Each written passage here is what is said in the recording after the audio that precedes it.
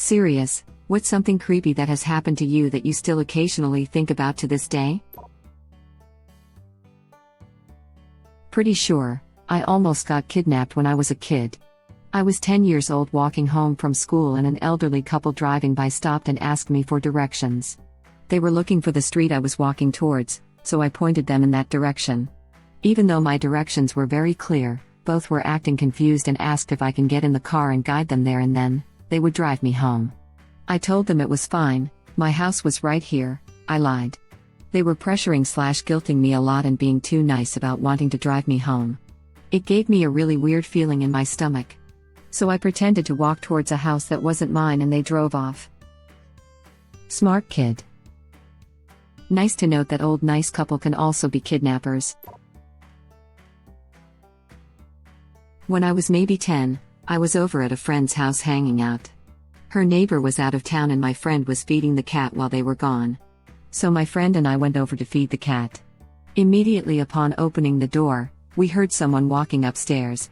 They were loud, heavy, slow footsteps, like didn't even sound human. My friend and I just looked at each other and sprinted back to her house. The worst part was we told her mom and the mom didn't believe us and made us go back and finish feeding the cat alone.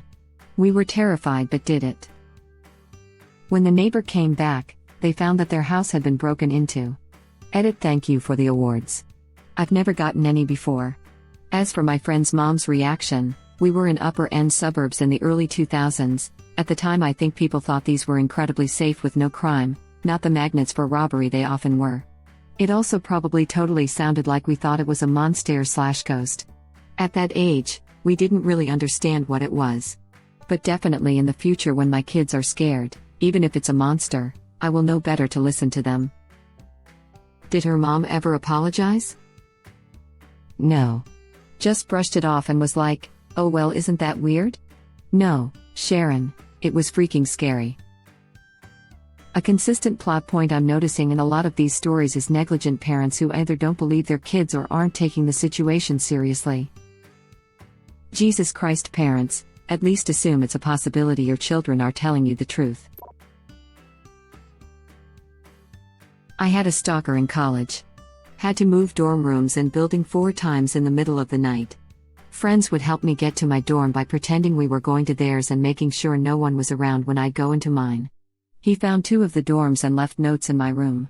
It's been over 11 years and I live in a completely different state, but every once in a while I get the feeling I'm being watched and panic. I briefly had a stalker in college as well. I met him on Tinder and went on one really bad date where he told me he had in fact lied about his name and age, and I got freaked out and ended the date. A couple days later I left my apartment where he picked me up because of some unrelated roommate problems and was living in my car before the university gave me a dorm room. Then a couple days after that I get a call from one of the aforementioned roommates saying a guy dropped something off for me at 8 a.m. This dude lived in central New Jersey and I went to college in NYC. He made the trip out to give me a well-used hard copy of an album I had mentioned liking, apparently his favorite album from his personal collection, a drawing of us. He gave me disproportionate anime titties, it looked like a 13-year-old boy's idea of a sexy woman, and wrote a long letter, the gist of which was if I can't have you no one can. Thankfully, I wasn't in that apartment anymore, but after class that day I saw him waiting outside my car in the university parking lot. The car where I lived. I noped out of there really quickly and told the school, which is why they gave me the room to begin with. He kept texting me and I kept blocking him. He must have made 15 new social media accounts before he got the idea. I'm still scared of ever going to Central Jersey because I'm scared I'll run into him and he'll follow me home. I'm so very sorry you went through this and are still going through this. I hope that one day you can find peace. Thankfully, my experience was just as Facebook was coming out, so he never had that connection. My mom used to start at work at like 3 a.m. and she was up at about 2 to 2:30 having her coffee. I heard her up and went to see her. She joked that she heard something outside and me being a bit silly opened the blinds up wide as a joke, and there was a guy just standing there staring into the lounge room. That was creepy enough as it is, but what sticks with me is the fact he didn't run or really react for what felt an eternity. While I ran to get my old man and brother apparently, he just stood there and then slowly walked off. This for some reason has always been one of my biggest fears, randomly looking out a window and seeing someone staring in. That's why I have blinds and curtains. F that. I don't understand people who have those huge glass floor-to-ceiling windows in their house, like what you see in houses up in the Hollywood Hills or Manhattan premium apartments. F no. Give me small windows. With curtains. Yeah, made me paranoid for years. Now I have roller shutters lol. I was followed home once. I was 23 at the time. I'm female and I lived a 5-minute walk to a busy bar area. I noticed him following me and I went to a full-out run to get into my building. The guy also ran, but luckily, by the time he got to the entrance to my building the glass sliding door had shut, automatic buzz door. The absolutely terrifying part was that as I stood there behind the glass catching my breath he just stood there staring at me. Didn't walk away or anything. What in the hell was he planning to do if he caught me? Still gives me the shakes 5 years later. This is why I really enjoy being a big guy. Even if I'm scared or in a really bad area, I can pretend to be a hard case, and know that people won't bother me. People probably think I'm weird, but when I review hostels or bars, I always mention cameras, safety doors, staff gender balance, etc. I don't know what it's like, but I can only imagine some women would rather not stay in a hostel with loads of dark hallways, corners, where random strangers just walk in.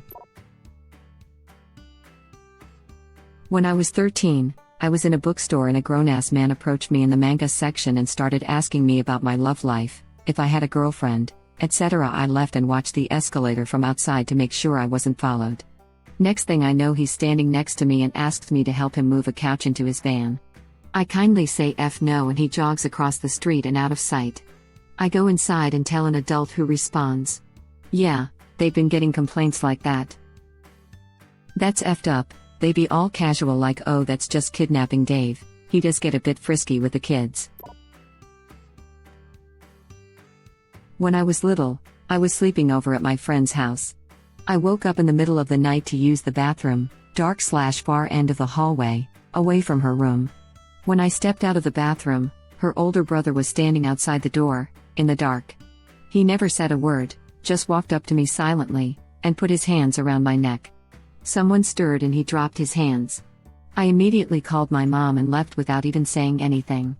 Friend never believed me, and I never went back. I was 18 when I had my first long-term girlfriend.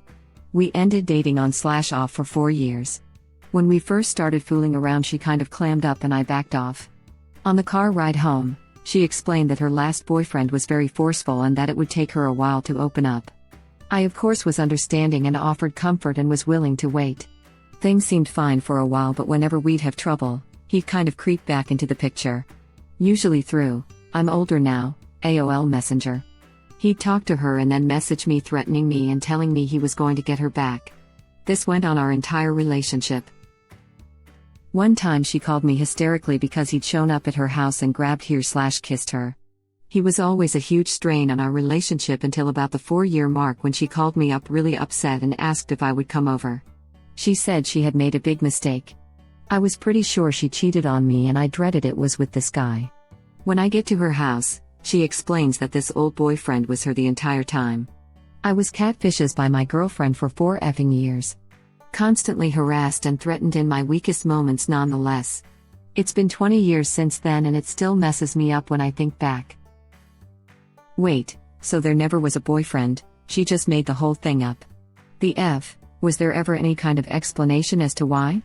She's psycho, obviously, just wonder if there was anything else. No explanation. I bounced a couple days later and cut off all contact. Took years to really sink in what actually happened. Not that extreme, but one of my high school girlfriends from another school made up a bully. He would steal her phone and text me how worthless and ugly she was and would harass me over her phone or some random number I never saw before. I went to her school twice to meet him after school but he never showed, only her. She never came clean but once I caught her changing his name from what I remembered. It didn't work out. Had a similar one, 3 friends sleeping over at his house. 2 of us were in one room and he was in his own. We both woke up to the door conjoining the rooms creaking open and we saw him pointing a bow and an arrow at us. Didn't say anything, he just left after a few seconds. We just went back to sleep for some reason but he denied it in the morning when we confronted him. No more sleepovers with him after. What the actual? F. He's straight out of that Kevin movie. If you ever get in a choke hold, reach both your arms up and out from in between their arms, kind of like in breaststroke, then use your shoulder strength to press down/pry open their arms.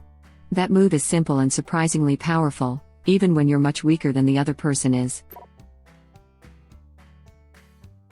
When I was in middle school, my girlfriends and I rode the bus home most days. The bus driver was this older guy who was super nice, fun, and would allow us to play whatever music station we wanted, and he would drop us off at home last so we could dance around on the bus. I remember he would let us stand at the front of the bus while he drove, and he would purposely swerve to make us fall on top of him. I remember thinking it was weird, but it wasn't until I got older that I realized how wrong that all was. I decided to Google his name. I'm now in my 30s, and found that he is a convicted sex offender and is currently incarcerated. Scary part was when I think back, he obviously knew where I lived, and I remember there were several times when he'd drive past my house on the days I wouldn't ride with him. Keep in mind, driving past my house was out of the way of his normal route, so it was intentional. I find it really upsetting that someone who seems generally nice/caring end up to be some effing lunatic. When I was around 13-14, I was home alone, upstairs, when I heard somebody busting open the kitchen door yelling, "Fire, fire, get out." I didn't smell anything, nor did I think that there was that could ignite a fire. I had ordered takeout and all the things that could set a fire were off, so I decided not to get out, and called 911 explaining everything. The police came, and found muddy footprints in the kitchen, along with the kitchen door busted. It sounds like a failed robbery. Somebody realized that you were home, so the robbers needed to get the F out of there fast. I was around the same age when there was a knock on our door in the earlier hours of the morning. It was a lady asking for help. My dad responded from the window, telling her that he would call the police to help her. She told him not to worry about it and that she was fine. She left. She didn't try any other house, and we heard nothing more of it. I remember eating dinner once with my family and seeing the doorknob turn like someone was trying to get in our house, but fortunately, the door was locked, so they just tried the knob a bit and then disappeared without a word. My parents just brushed it off as, oh, it was probably just some drunk who went to the wrong house, but it definitely still creeps me out to this day. Like, I always wonder what would have happened if the door wasn't locked. My dad told me to rake some leaves in our front yard when I was like 12. I ended up working for a few minutes, then felt eyes on me, you know the feeling. I turned around and my neighbor across the street was taking pictures of me, so obviously. Right when he saw me, he put his phone down and turned around. I immediately ran inside and told my family. None of them believed me. I'm 18 now and he's still my neighbor, and I have been creeped out ever since. I have to close my window blinds all the time still because I always feel like he's watching me. Kind of messed up that your family won't believe you. Why wouldn't they? I don't know, pretty much their excuse was like, you didn't know what you were seeing. He was probably taking a picture of the sky, laughing my butt off. Man, your family should believe you. I'm sorry, it sucks that they just ignored you and didn't believe you. I hope you feel better soon. A friend of my parents put his arm around my 18 female shoulder and told me that one of the life lessons he'd learned was to never ignore an erection. It was very effing creepy, and I noped out of this situation pretty fast. Yuck. I had one of my dad's friends message me on Facebook. I was 14 female, telling me how he can't stop thinking about me and that he wants to hug me and feel my boobies against his chest. He worked for my uncle, and I told my dad ASAP. That man was fired instantly. I feel bad for his wife and children, wish I could find them and tell them. When I was a child, I was playing out in the front yard of my house when a white van pulled up on the road. The sliding door opened and a guy in his early 20s waved at me to go over to him. Luckily, I was a shy kid and got scared and ran inside and told my parents about a strange man in a van calling me over.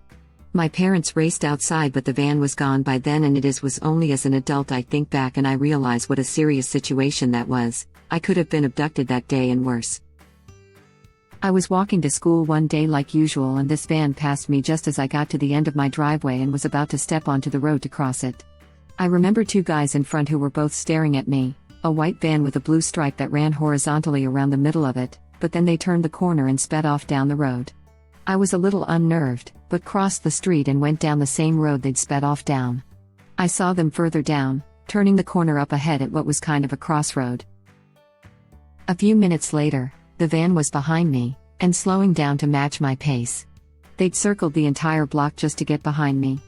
I didn't even think, just reacted on pure instinct, and ran for my mate's house a few doors down, praying they hadn't left for school yet. I can still remember running down their driveway and just body slamming the back of their car in absolute fear. Luckily, they hadn't started reversing yet. They drove me to school, cops got called as did my mum, and the cops left thinking I was just overly hysterical and that they probably weren't after me. However, not even a week later a friend of mine was nearly grabbed from her letterbox 2 streets away by a van matching the exact same description. For some reason, to this day, no one believes that I was possibly about to be kidnapped despite believing my friend's story. Neither of us had adults who saw the van, both of us ran for a trusted adult, yet when she reported it to the cops they put an alert out. Occasionally I'll see a van with that exact marking, the same blue stripe, and have to remind myself that it was nearly 30 years ago this happened. Back in middle school, I was walking home as usual when I saw a stray dog with ragged yellow fur that was sniffing some grass and flowers. Someone I recognized from my school saw it too and we both stood there wondering where it came from for a while. Then, a woman I assumed to be her parent came along and proposed that we find the dog's owner, so we started walking around the neighborhood.